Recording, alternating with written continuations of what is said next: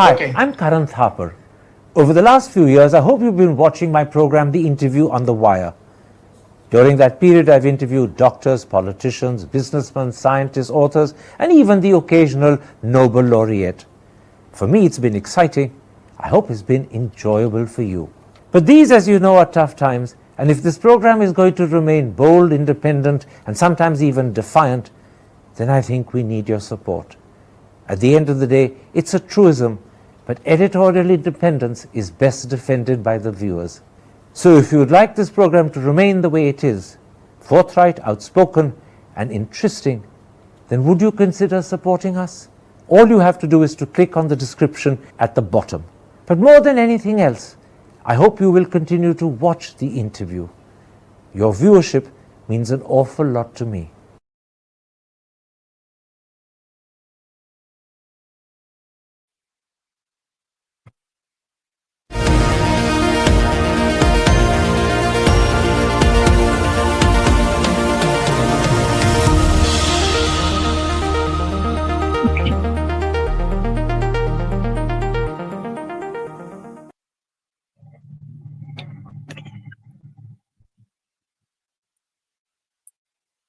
Hello and welcome to a special interview for The Wire.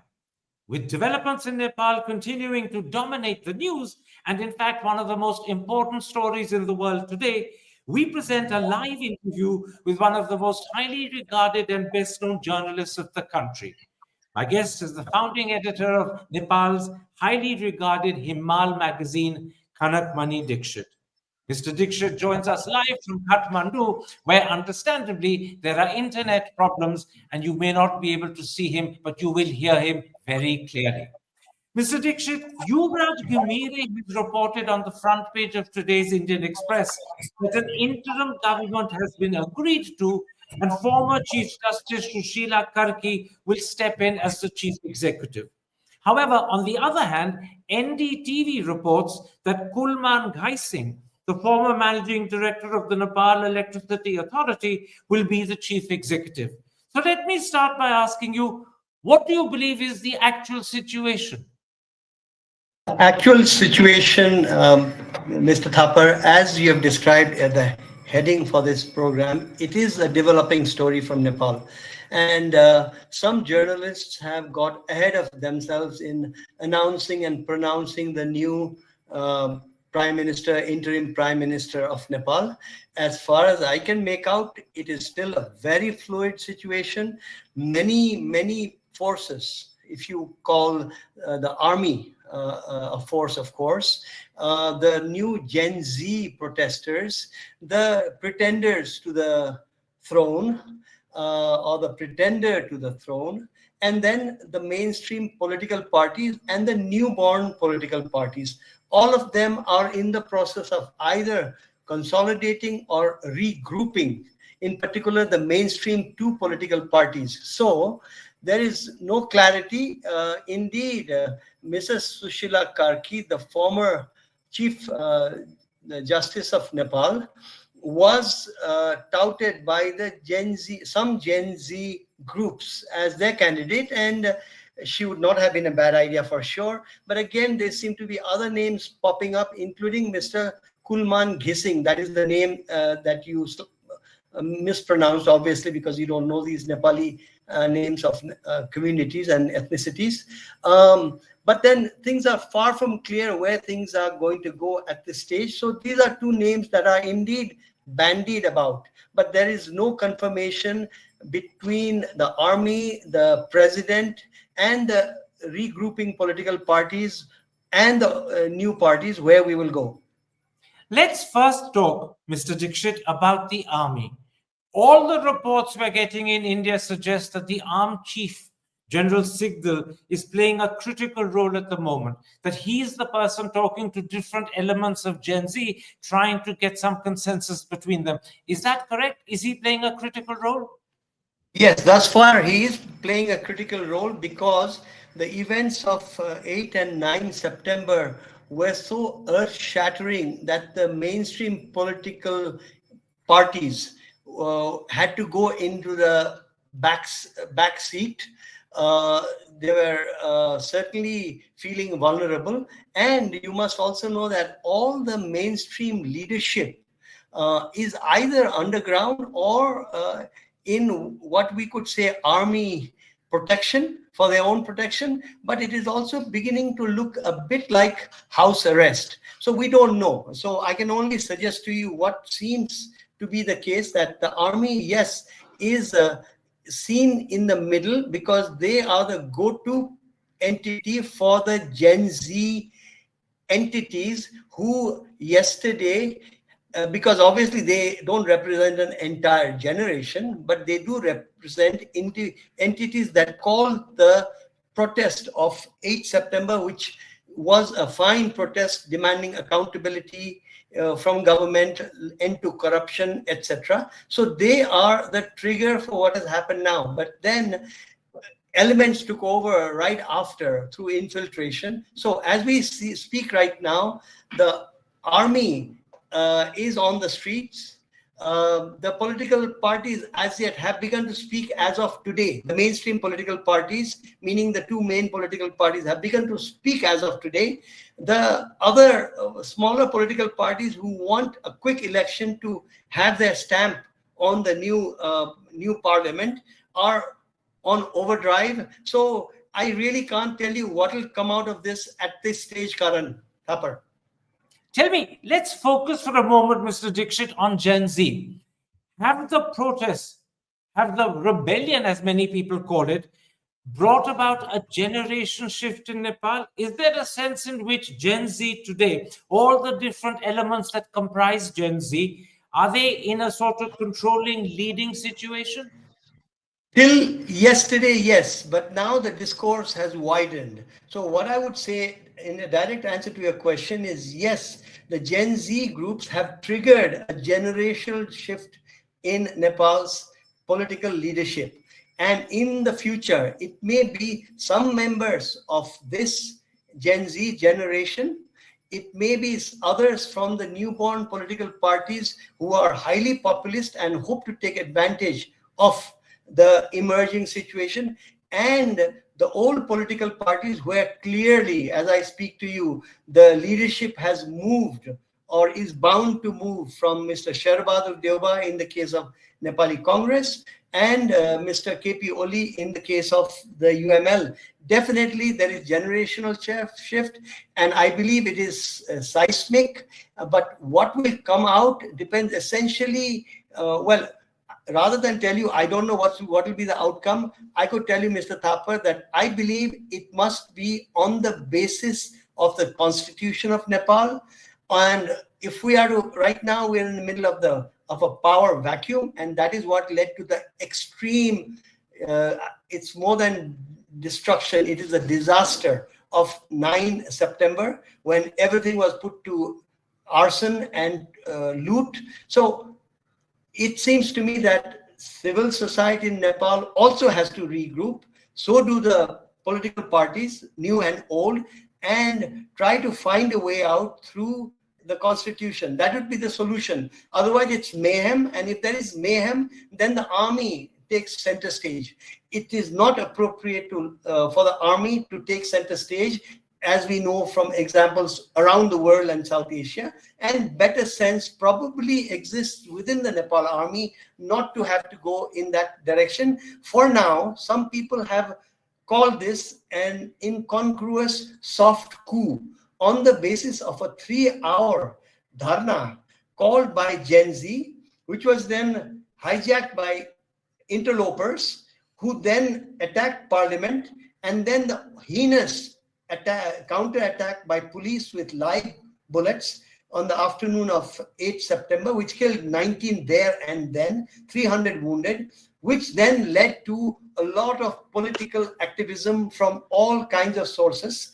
And now we are still in a fluid situation, not knowing where that will go. And the best one can say is, where do people like me think the direction should be that we should head?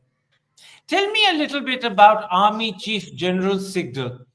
Is he a man who might have Bonapartist tendencies? Is he a man who might sense that this is his opportunity to take over? Because there are reports that the different elements of Gen Z are divided, can't agree about amongst themselves. They are suggesting different names for the chief executive role. There are even reports that some Gen Z groups were fighting outside army headquarters. So might General Sigdel feel this is a moment for him to take over? I believe not, because the Nepal army, if anything, stands behind the curtains. It is not used to being upfront, except when, in the past, the monarchy of the day asked it to be active. So the army of Nepal also knows its international stature due to being the second or third largest force in UN peacekeeping. It also is cognizant of that role that it has to play into the future. So, and as far as the army chief, General Sigdel, is concerned, he is an unknown quantity, but he is a professional soldier. He is an unknown quantity for a very appropriate reason. We in Nepal have never had reason to analyze the background of individual generals, because the generals have played their role, especially since 1990, as an army of a constitutional monarchy in the beginning and a republican democracy since 2015. So I would suspect that, not even knowing the personality of General Sigdel, he will be careful not to overstep towards a kind of army-led autocracy. And I'll tell you why. One other reason. In the last 3 days, of course, with all the talk of Gen Z and the newborn political parties and the royalist parties that have held the microphone over the last 2 days, keep in mind, countrywide, cadre of the UML and the Congress are not going anywhere. So even if a denouement were to be found with the army in the front, there will be instability, endless instability in Nepal by these well-honed political forces, which presently are in the back foot. But as I told you before, I believe they are regrouping. So most likely, the army will not take that direction, even if it is urged to do so by national forces or international forces. Let's then at this point talk a little, but only briefly, about the two names that seem to be contending for the top job. Obviously, this depends upon which factions of the Gen Z grouping actually support them. But let's first talk about Sushila Karki.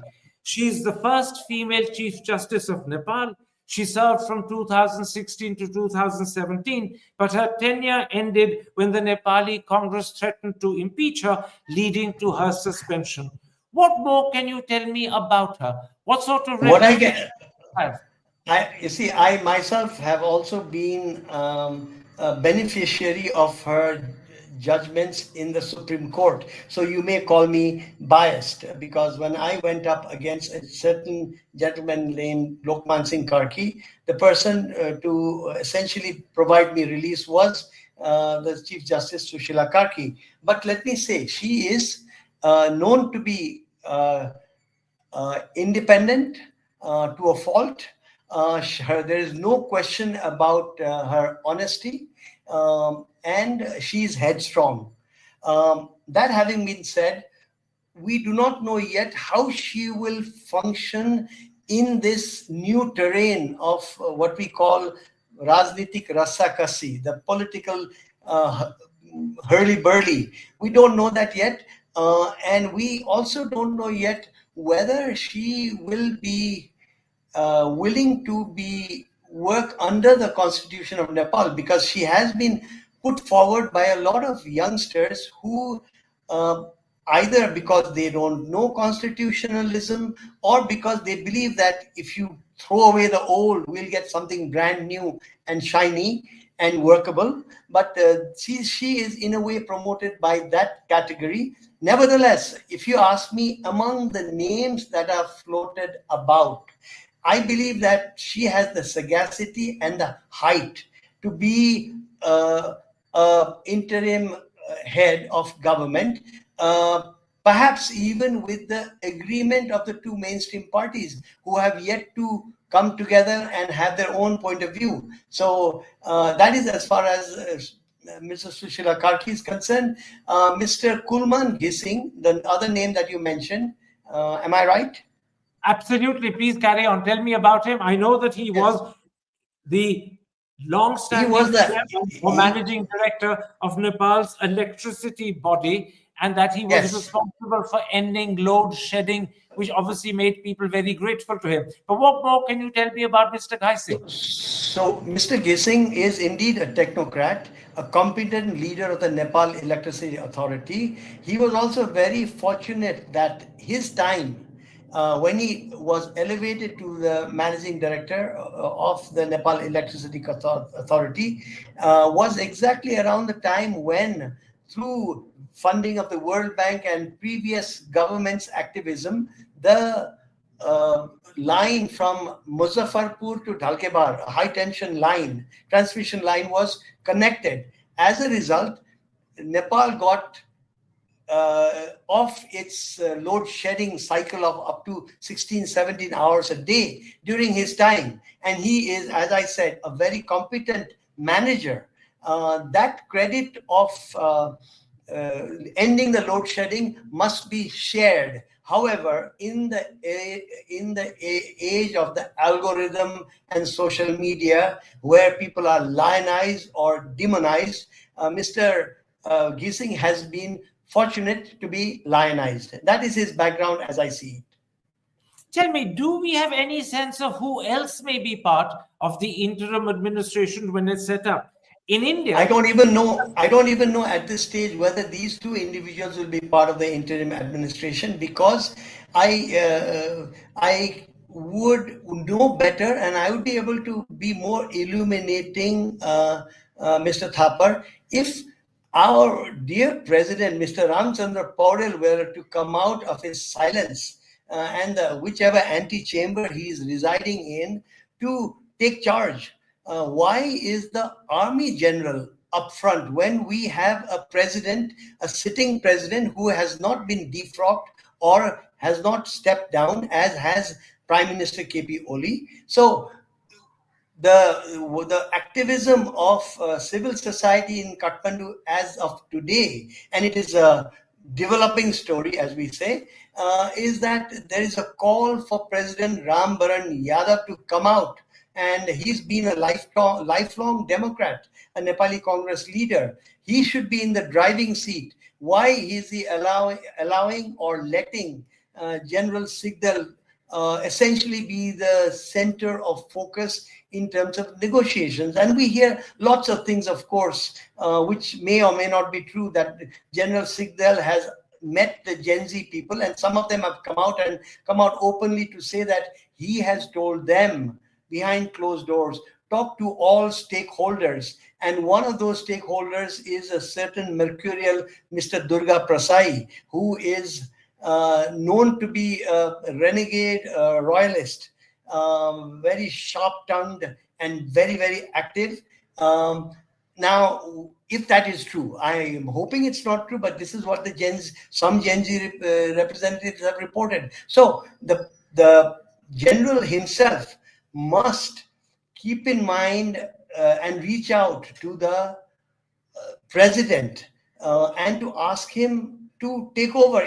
I don't think the president, with such a legacy of democratic politics going back 4 or 5 decades, would be this supine. So this is something I cannot explain to you as Mr. Thapar. I also cannot explain to you why are all the ministers so quiet.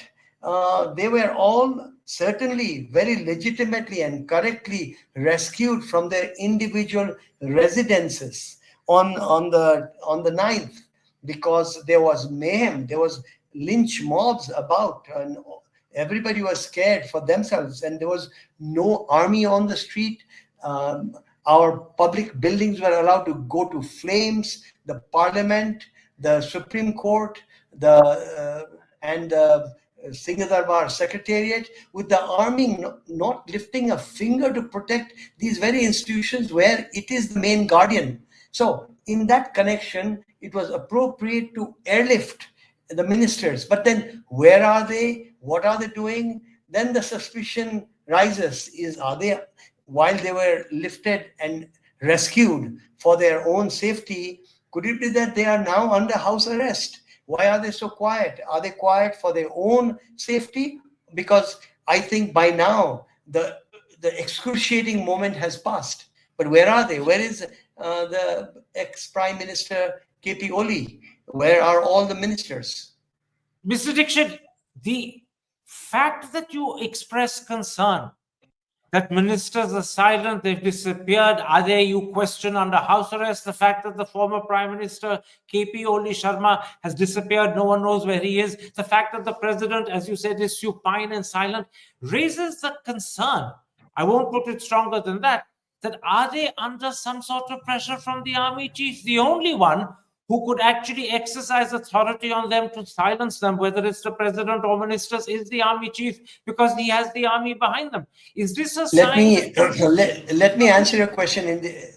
This is an unanswered question, but let me tell you, as I expressed to you earlier, my instinct does not let me believe that the army is actually doing this. It's just that there are questions as to why this silence and why this, in a way, this disappearance. But that will be probably, we'll know that by tomorrow. But my instinct tells me even now to repeat, the Nepal army is not inclined. Some people make the comparison with Pakistan and other countries of South Asia. This is not an army that is born of a colonial army, and then what became a dictatorial army, i.e. Pakistan, which then also gave birth to the ways of the Bangladesh army. Nepal has none of that. Nepal's army is proudly the entity that, as they like to say, unified the country, and they have taken a back seat most of the time to the political leadership. The last time they came out of the barracks to actually control society was under the ex-king Gyanendra. And so while, and some people would think that even the army may be even beholden to the former royalist forces, but it's been almost 2 decades now since that the royalty is gone. So there would be perhaps some elements within the national army, like anywhere else in Nepali society, where there would be a desire to see the king back. But common sense would indicate to anyone, including officers into the army, that the political class in Nepal, and I talk of them positively, and political class across old parties and new, would never allow any long-term autocracy to take place in Nepal. Because remember, Karan, as I have been saying till a week ago, Nepal actually has had the most open society in South Asia. It's got a lot to be proud of, and the people have exercised that openness, that willingness to talk, to challenge openly our political leaders. And I don't think a kind of a military takeover of whichever kind would be taken lightly by the populace. So I feel that the army understands this totally. Perhaps the army has been put in a difficult spot on the day of the 9th, when the actual unprecedented historic mayhem occurred around Nepal, following the 19 deaths of the earlier day killings conducted by the police. The army of Nepal probably sees itself in the role that it has always played.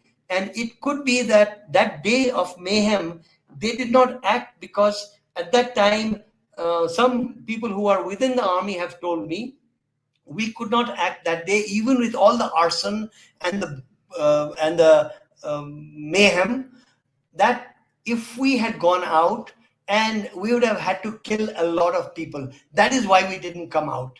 I mean, to me, that might be one of the reasons. But if I might just end, if you will, on one point that's very close to my heart, Mr. Thapar. Go ahead, please do. I believe this is my view and a view of mm, colleagues in the civic sphere that I have worked with, and also having worked to bring down the autocracy of King Gyanendra, having fought the Maoists through my pen, and having fought uh, various individuals again through my pen and through activism. What I can say from my personal experience of Nepali society, A, it will not suffer an autocracy beyond a few months, A. And B, the current situation where the Gen Z is put up front as the representatives of the Nepali people, they do represent a certain category of youngsters very well and very appropriately. And their own desires for good governance and rule of law and anti-corruption are where we all stand. But the Constitution of Nepal of 2015, which was built on the basis of the Constitution of 1990 as far as civil liberties go, that Constitution promised inclusion, inclusive democracy.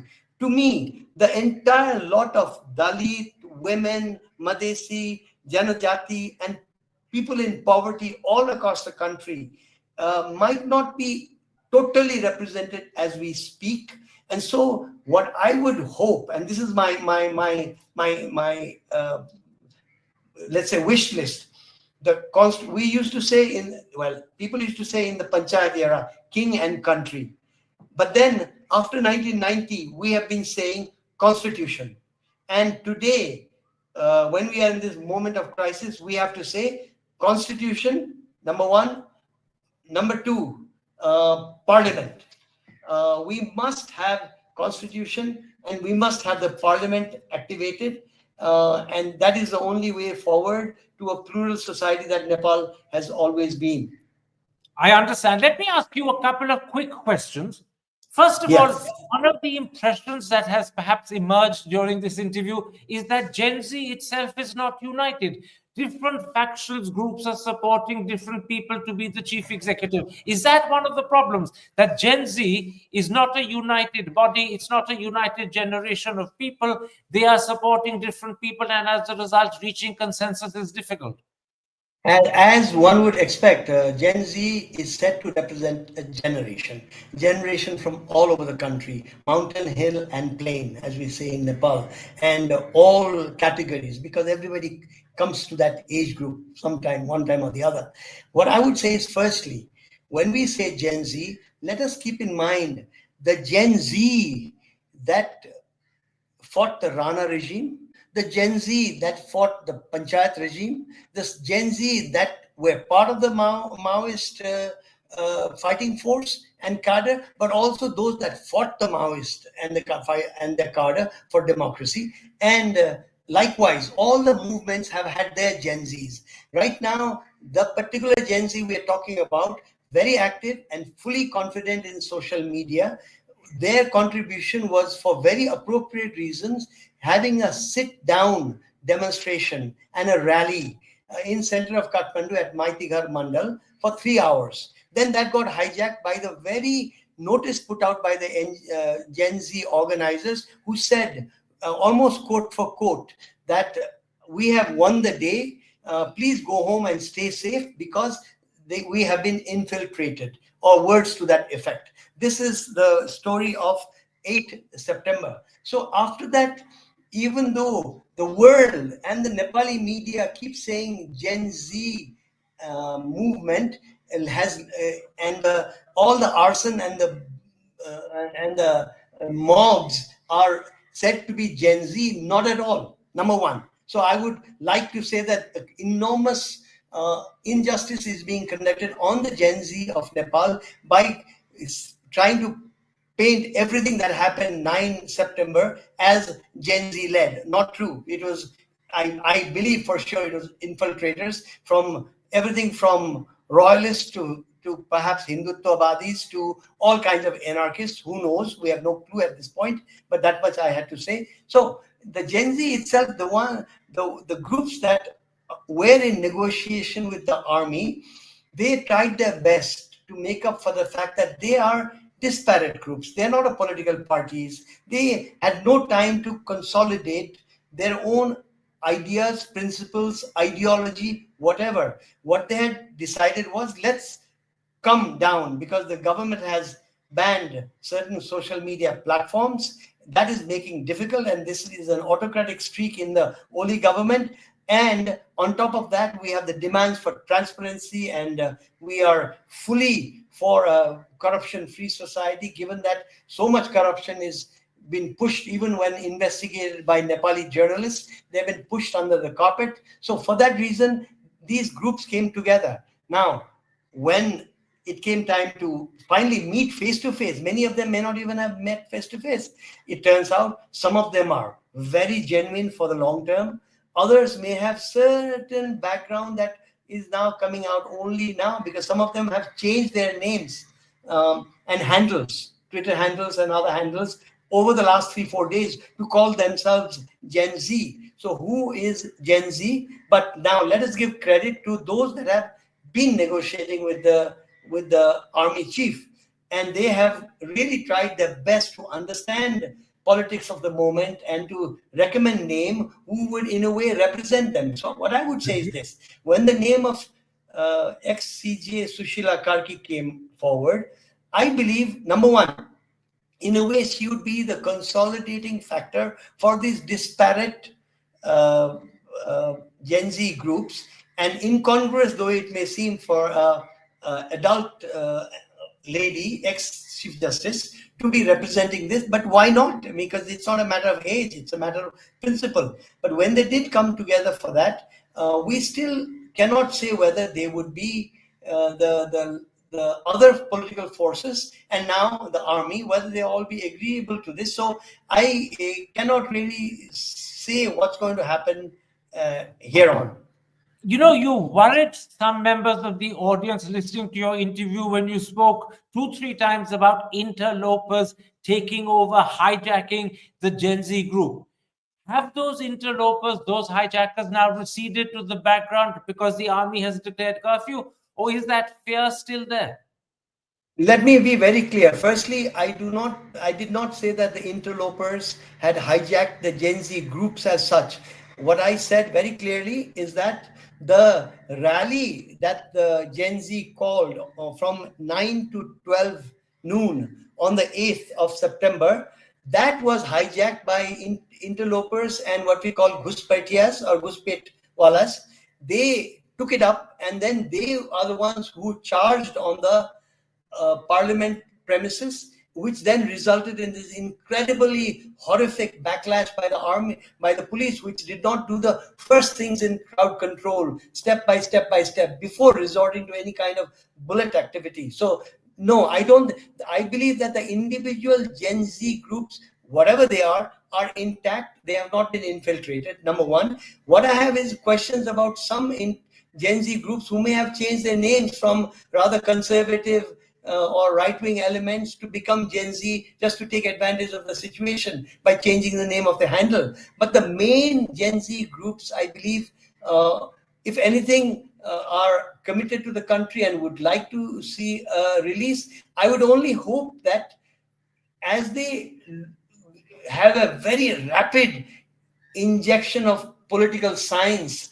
understanding that how complex politics can be, and looking as concerned citizens, looking at a void if a political solution is not found that is acceptable to all mainstream players, then I would say they will rapidly come to understand that we should move with the constitution, we should move with the parliament, and we should move with the president. And here, let me then say, the person who has failed us thus far is the president of Nepal. Because we have a constitution. Yeah. Tell me something, Mr. Dixit. Is the attempt that the army chief is putting together to create some sort of interim arrangement similar to what replaced Sheikh Hasina in Bangladesh under Professor Muhammad Yunus? Is it a short-term, 1 year, 16-month interim arrangement that will then be responsible for holding elections and handing over power to a permanent elected government? Is that what is being attempted? I think that is the roadmap that people see in front of them, but I think it's too early to say even that, because unlike in Bangladesh, where Sheikh Hasina fled, Awami League was in disarray, and the BNP had been forced into disarray by Sheikh Hasina over a decade. And so here, on the other hand, other than the fact that the political leaders themselves, especially the prime minister and the ministers, are behind a curtain somewhere, the political parties in Nepal exist, and they are elected members of current parliament. And that's why I insist when I speak to you that the three pillars for us right now are parliament and constitution and president of Nepal. The person who has failed us thus far is the president of Nepal, Mr. Ramchandra Paudel. For all his background, why is he not in the forefront? Why are negotiations being done by the army? Is it his fault, or is it the fact that the army is not allowing him in? In which case, that would be a mistake, a grievous mistake of the army that I would hope they are not doing. Finally, what is the situation like in the country? Has normalcy begun to slowly limp back? What is the situation like in Kathmandu around you? What is the situation like in the streets? My response would be is this: the normalcy has come back within a vacuum, a power vacuum. The normalcy has come back within a devastation that has never been seen in this valley of Kathmandu to begin with, never seen. And that it all happened so quickly. State structures crumbled to be non-existent for that full day. So given that the army belatedly has come on the streets, now things are calm, and I think people are feeling more confident for the future, that there will not be this headlong rush into Patal or to the underworld. To that extent, I think we are stable, and for that one will thank the army for being there as a credible force, as a credible national force. And now the army clearly has a role also to find a solution that will maintain the pluralism that has defined Nepal. And for that, the three institutions I mentioned have to be kept intact. There is a point you should know, however, that Mr. Balan Shah, the mayor of Kathmandu, who is also heavily political and populist, has got the ear of a large section of the Gen Z, and he has said, as I believe I have heard correctly, that this new interim arrangement can only happen outside the constitution, and disbanding of parliament. One or the other would not be appropriate for Nepal's march into the future. In fact, Mr. Balan Shah has gone on record to say that he wants parliament dissolved. And now, as you add, he wants the interim arrangement to happen outside the constitution. Not let me correct myself on that. That might be his instinct, but I shouldn't put words in his mouth. Certainly, he does say outside of parliament. His demand that he has also approached Mr. Ravi Lamichhane, whose name hasn't come up till now, is that to say, let's have quick elections, which is appropriate given the situation. And these forces, Mr. Balan Shah, as well as the RSP, which is the newborn party of Mr. Ravi Lamichhane, as well as the Rashtriya Swatantra Party, which is the monarchist party, they would all want quick elections to lead towards their better numbers in parliament than what they have. Mr. Balan Shah, of course, doesn't have a party yet, but he hopes to do well within the next election. So the interest would be not to have parliament sitting, to work with the existing constitution, but then to have an eye to drastically change this constitution when they come to power. Now, about Ravi Lamichhane, something has to be said. He was in arrest, in jail awaiting investigations for a scam related to cooperatives, and he is briefly a minister of Home Affairs, a rapidly rising political star. He was that, and the mob, or the protesters rather, went to the main jail of Nepal, which is Nakku jail, and released him, and he walked out, and while facing investigations and in jail. But in doing that, more than 33,000 prisoners all over the country, including from Nakku jail, walked free. So as we speak, we haven't so many things to tackle that we haven't even considered this fact that there are 33,000 prisoners, convicts, some of them murder convicts, some of them rapists, who are out, and many of them with looted arms, out free in Nepali society. So for this reason alone also, all involved, from the Gen Z to the old-time political parties to the new political forces, and led by a president showing the way, and the army willing to go along. Very important to stabilize Nepal very, very quickly. Would I be right in ending this interview by saying that although normalcy has come back to some extent, as you said, but you have a political vacuum, you have uncertainty, you have worrying developments such as the release or the walking out of jail of 33,000 prisoners. We simply don't know what will happen next. Uncertainty needs to be underlined. I agree with you. You've spoken my word. Thank you. Mr. Dixit, thank you very much for giving me time. Thank you very much for agreeing to speak to me. And once again, I apologize to the audience for the fact that we couldn't see Mr. Dixit, but fortunately, we heard him very clearly. That's because internet connections out of Kathmandu, understandably, are disturbed and not easy to get. I thank you once again, Mr. Dixit. Take care. Sure. Stay safe. Bye-bye. Hi, I'm Karan Thapar. Over the last few years, I hope you've been watching my program, The Interview on the Wire. During that period, I've interviewed doctors, politicians, businessmen, scientists, authors, and even the occasional Nobel laureate. For me, it's been exciting. I hope it's been enjoyable for you. But these, as you know, are tough times, and if this program is going to remain bold, independent, and sometimes even defiant, then I think we need your support. At the end of the day, it's a truism, but editorial independence is best defended by the viewers. So if you would like this program to remain the way it is, forthright, outspoken, and interesting, then would you consider supporting us? All you have to do is to click on the description at the bottom. But more than anything else, I hope you will continue to watch The Interview. Your viewership means an awful lot to me.